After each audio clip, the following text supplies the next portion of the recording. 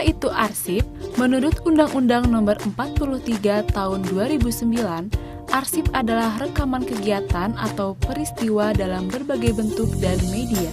Sesuai dengan perkembangan teknologi informasi dan komunikasi yang dibuat dan diterima oleh lembaga negara, pemerintah daerah, lembaga pendidikan, perusahaan, organisasi politik, organisasi kemasyarakatan, dan perseorangan dalam pelaksanaan kehidupan bermasyarakat, berbangsa, dan bernegara. Pengelolaan arsip dibagi menjadi dua bagian, yaitu arsip dinamis dan arsip statis. Arsip dinamis adalah arsip yang digunakan secara langsung dalam kegiatan pencipta arsip dan disimpan selama jangka waktu tertentu. Pengelolaan arsip dinamis menjadi tanggung jawab pencipta arsip. Lalu, siapa yang mengelola arsip? Pengelolaan arsip dinamis wajib dilakukan oleh pencipta arsip yang meliputi lembaga negara, pemerintah daerah, perguruan tinggi, BUMN dan BUMD. Juga perusahaan yang kegiatannya dibiayai dengan APBN, APBD, dan bantuan luar negeri. Pihak ketiga yang diberi pekerjaan berdasarkan perjanjian kerja dengan lembaga negara, pemerintah daerah, perguruan tinggi negeri, serta BUMN atau BUMD sebagai pemberi kerja. Pengelolaan arsip dinamis meliputi kegiatan penciptaan arsip, penggunaan arsip, pemeliharaan arsip, dan penyusutan arsip.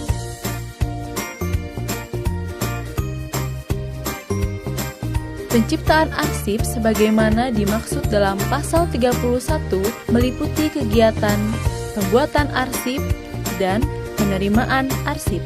Arsip yang sudah diregistrasi didistribusikan kepada pihak yang berhak secara cepat, tepat waktu, lengkap, serta aman.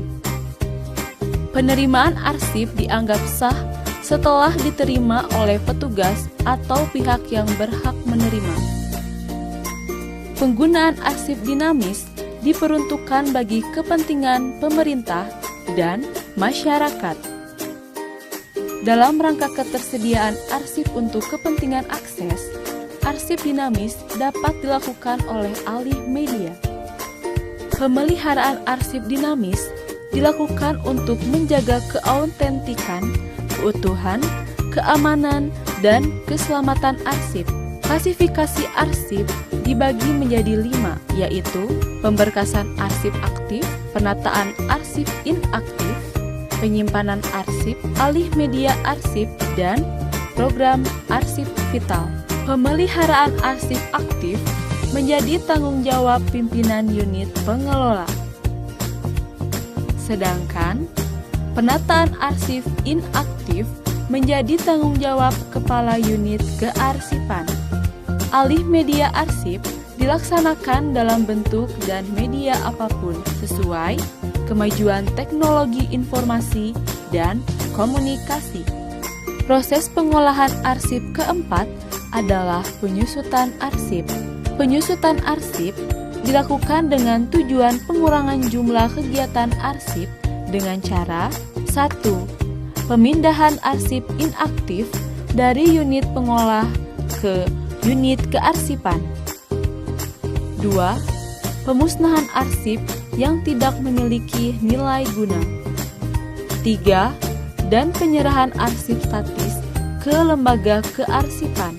Sedangkan arsip statis adalah arsip yang dihasilkan oleh pencipta arsip karena memiliki nilai guna kesejarahan, telah habis retensinya, dan berketerangan dipermanenkan yang telah diverifikasi baik secara langsung maupun tidak langsung oleh Arsip Nasional Republik Indonesia atau ANRI, juga lembaga kearsipan.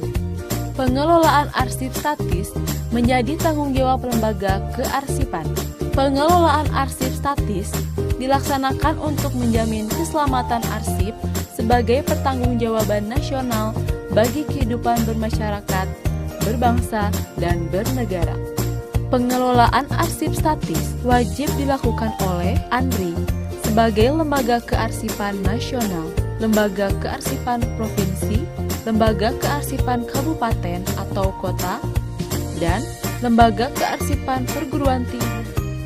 Pengelolaan arsip statis sebagaimana dimaksud pada ayat 1 meliputi akuisisi arsip statis, pengolahan arsip statis, preservasi arsip statis, dan akses arsip statis. Melakukan akuisisi arsip statis yaitu proses penambahan hasanah arsip statis lembaga kearsipan yang dilaksanakan melalui kegiatan penyerahan arsip statis dan hak pengelolaannya dari satuan kerja atau pencipta arsip melalui kegiatan 1. Monitoring terhadap fisik arsip dan daftar arsip statis. 2. Melakukan verifikasi terhadap daftar arsip statis oleh lembaga kearsipan. 3. Menetapkan status arsip statis oleh lembaga kearsipan. 4. Persetujuan untuk menyerahkan oleh pencipta arsip. 5. Penetapan arsip statis yang diserahkan oleh pimpinan PA. 6. Arsip statis yang akan diserahkan oleh PA harus sudah ditata rapi. 7. Pelaksanaan serah terima arsip statis oleh pimpinan PA kepada Kepala LK disertai dengan berita acara dan daftar arsip statis yang diserahkan. 8. Dalam rangka pelaksanaan akuisisi arsip statis, LK wajib membuat daftar pencarian arsip atau DPA terhadap arsip statis yang belum diserahkan oleh PA. 9. Menyimpan dokumentasi pelaksanaan akuisisi arsip statis atau daftar arsip statis, berita acara serah terima arsip statis, dan lain-lain menjadi arsip vital bagi PA.